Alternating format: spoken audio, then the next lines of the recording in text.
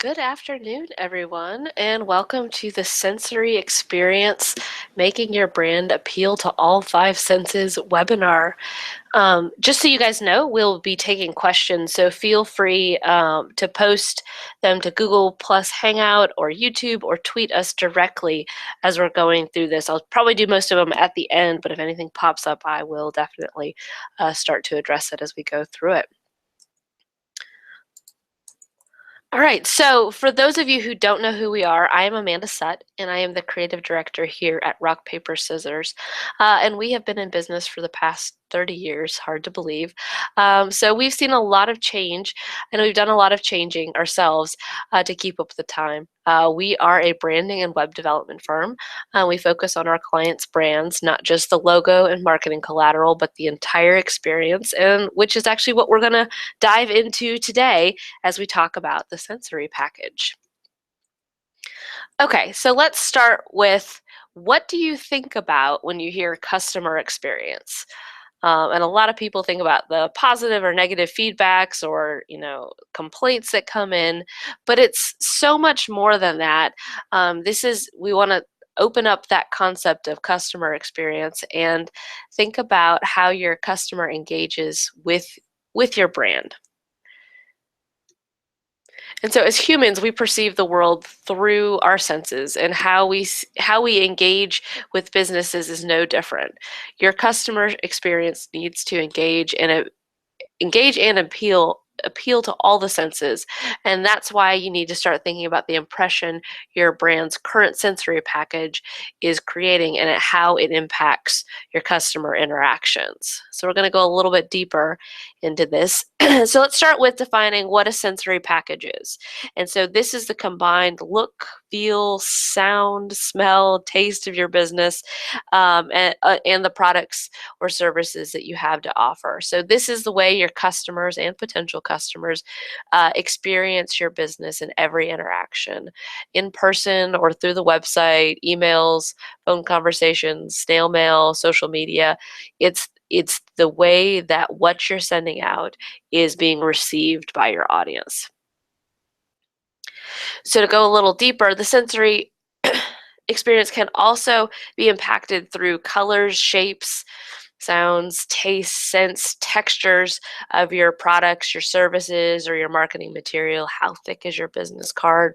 That kind of a feeling. So the sensory package, it adds tremendous value and meaning, and they can also take away from your business. So it's important to understand the implications that your actions are having. And what we want to talk about today is becoming very conscious about what that interaction is becoming. So let's get into some samples to start wrapping our head around the ways other brands are using this. So let's start with look. For all the ladies out there, you can stand in a drugstore and try and pick what color foundation or eyeshadow that you want. But there's always that lingering question, will this look as good on me as it does on the models on the display? Well, Sephora has basically answered that question, because you get to test everything to see what it's really going to look like on you. Feeling, we don't always get to, with the digital world, this might not always apply, but think about part of buying a mattress is going to a store to experience how that mattress feels.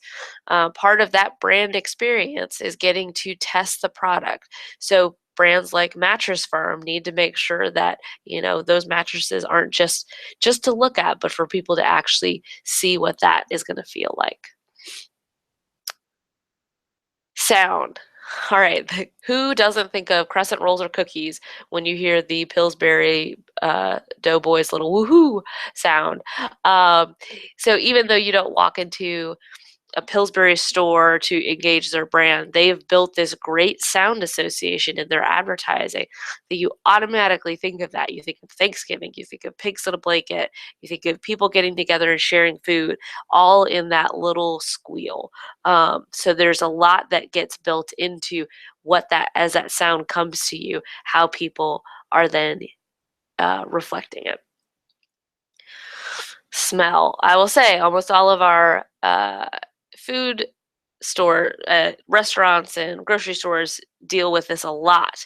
Um, but one of the best ones I see out there is Starbucks, because when you walk in and that aroma of roasted coffee beans just hits you, think about what that feels like, and it's very impactful. And actually, smell is one of the strongest memory senses that we have.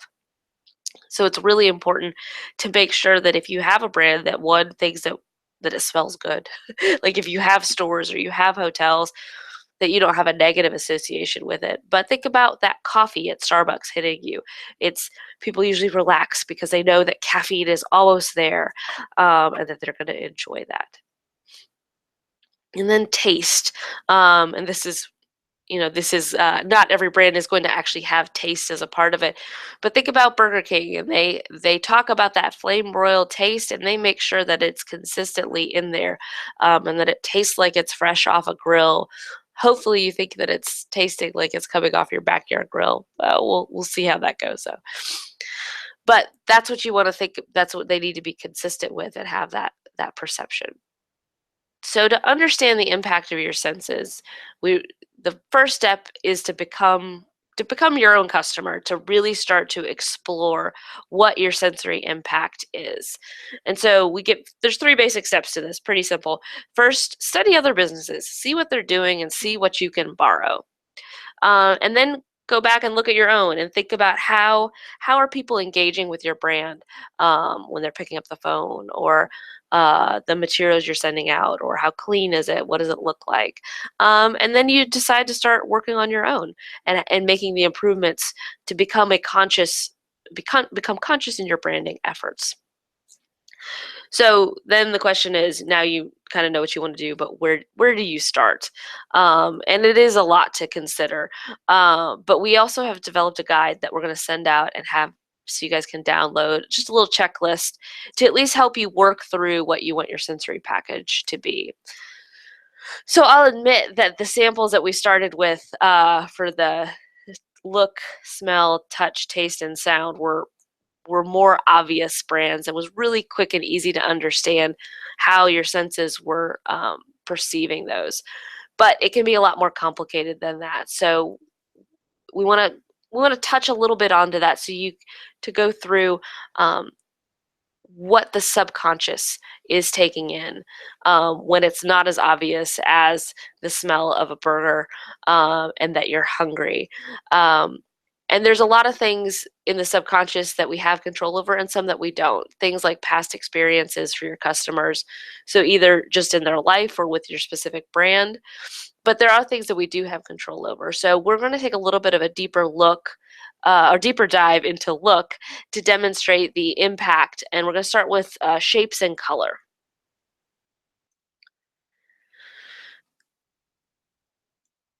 So shapes and color have a much bigger impact than you might think. They can trigger positive or negative, usually unconscious associations, in the unconscious mind that lead us to buy particular products or services. So let's talk about shape for a second, just to um, see what they symbolize and what we associate with it. So circles are typically soft and flowing, and they more often have a more playful association.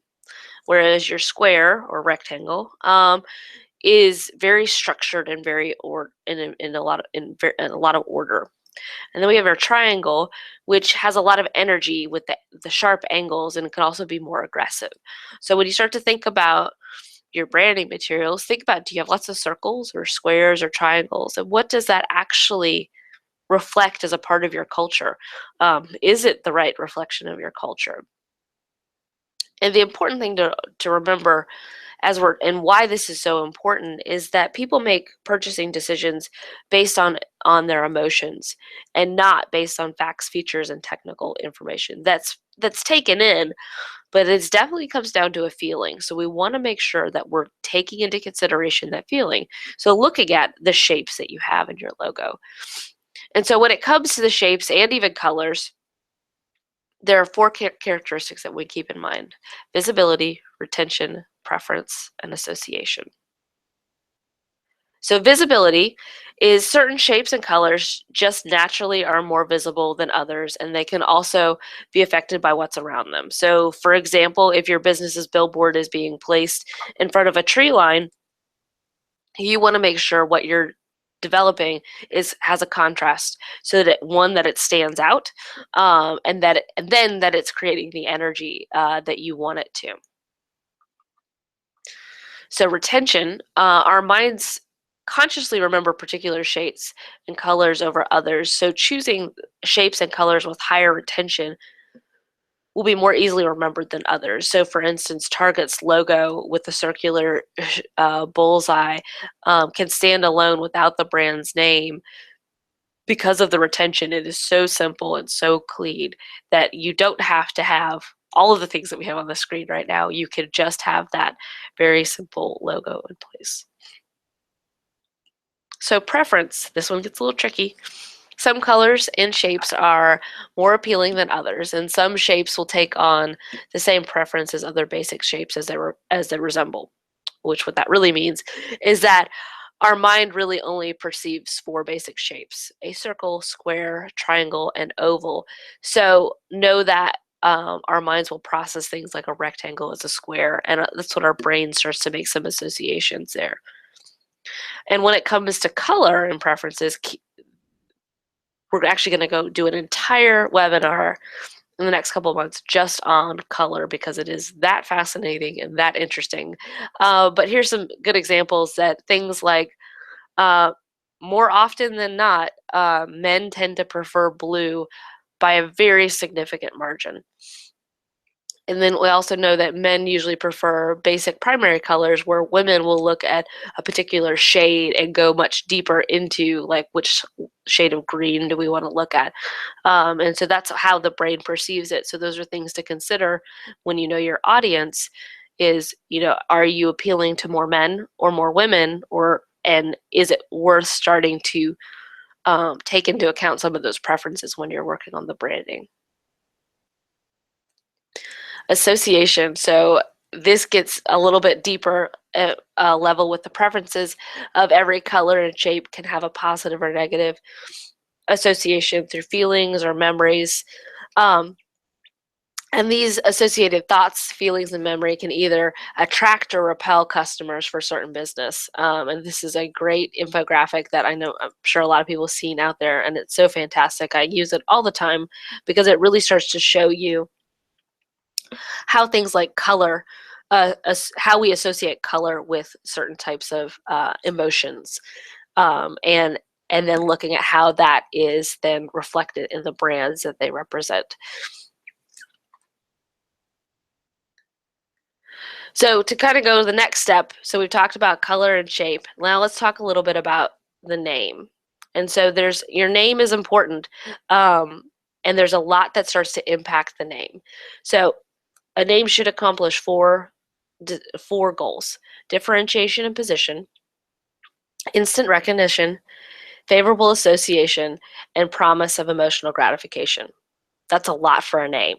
And it's not just the word that it is, it's the brand that's built behind it. So let's go a little bit deeper into each one of these, and start with differentiation and position. So this is a great example. Lexus and Toyota, it's actually the same company. Their high-end luxury model and then their everyday model. But think about how you perceive Lexus as compared to Toyota, that high end, that lush leather, the sleek lines. There's a definite feel that you think about when you say Lexus versus when you say Toyota. So they've taken a lot of the senses that you perceive, like when you sit in that car. And you have a feeling when I say the word Lexus versus when I say the word Toyota, because of the brand that they've built. Instant recognition, Chick-fil-A is a great example, with their cows that are soon to not be around some of at least the Atlanta area and other markets as they start to retire them. But think about when you saw those cows, you automatically knew what that campaign was and who Chick-fil-A was. And you get that instantly recognizable. But but it's not only by it's a clever name, but it's also the tagline, which really stands out with the we didn't invent the chicken, but just the chicken sandwich. They've done a really good job of building a brand that has that association. So there we go. Favorable associations. Nike has done a great job of picking their brand and their role models that are a reflection of the values of the company. You can't really think about Michael Jordan without thinking about Nike and his shoes. That's one of those things that's just so ingrained. And they build that with continually with other athletes. I feel like Michael Jordan has been around the longest and has the biggest impact there. But same with LeBron James and Maria Sharapova. All right, and then the last one is promise of emotional gratification, and there's not many brands that do this better than Tom's. So Tom's shoes is a great example because you buy a pair of shoes for yourself and you know you're buying another pair for a child in need. And there's a great quote by the founder. It says, I realize the importance of having a great story today is what separates companies. People don't just wear our shoes, they tell our story. And so it's not about buying shoes, it's about the story that you're buying through buying the shoes. So there is the next level of, yes, I'm going to have comfortable things on my feet, but what else am I doing to better the society, to better the world? So there's a whole other emotional feeling that brands like Tom's create. So now it's time for the fun to begin as you start thinking about what's missing from your sensory package and what to include, what improvements need to be made, and to consider the following. Um, like your facility. How easy is it to see? What's the neighborhood like? Is the interior clean and organized? Will customers feel comfortable there? Phone manner. Are calls answered promptly and professionally? What do customers hear when they're on hold? Your employees. Do they seem to enjoy their jobs? Are they polite and professional with coworkers and with your customers? Your digital presence. Is your website easy to find and navigate? Can customers find what they need quickly? And how do the colors and images on the site actually make your customers feel, especially if that's the only way they engage with your brand? And then your printed materials, are they consistent with the look and the feel and the tone of your other marketing materials out there? Do your materials arrive on time? What does that paper feel like? Would you keep them or would you trash them? Things to think about. So we're going to do a recap of the webinar, and we'll post it on our blog. And we're also going to post a downloadable check sheet so you could go through and start to examine your sensory package. We really just touched the surface on what that looks like, and it could go much deeper. And so this is one that we'll start talking more specifically about each piece, but wanted to kind of roll out an overview of what that feels like. And so we're going to open up for questions. I have a couple questions that we have. So first up, how do you make your business products appeal to the taste sense if they don't have anything edible to offer? The truth of the matter is you don't have to appeal to all the senses at all the time. If you have nothing to do with the consumption of something that would use a tongue, you don't have to worry about it. And if you're an accountant, you're not going to have to consider taste. Unless, for instance, every time a customer comes to visit you, you always have coffee and a plate of donuts out. Then you would be appealing to it. But as long as you're consciously making a choice to either have it or not have it, that's what's important. All right, next question.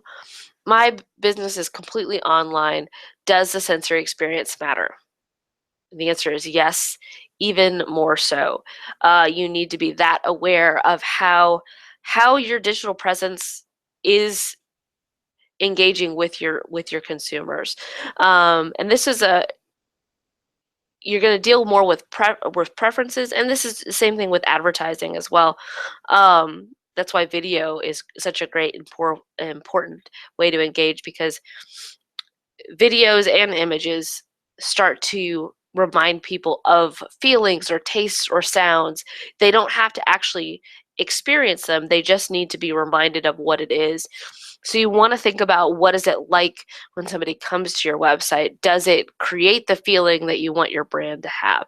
So that's that much more important. And my final question here is, does the sensory experience apply to my business's social media presence? And the answer is yes. No matter what platform you're on, that is a part of it. So social media is you could pull in lots of things with social media, because you can put in any kind of content. So that wraps that up for us today. Up next, we have we'll be sending out the checklist, and sure to stay tuned. We're going to have some additional sensory experience webinars once a month coming up. I believe color is coming up next, and we'll keep you posted with what that's going to be.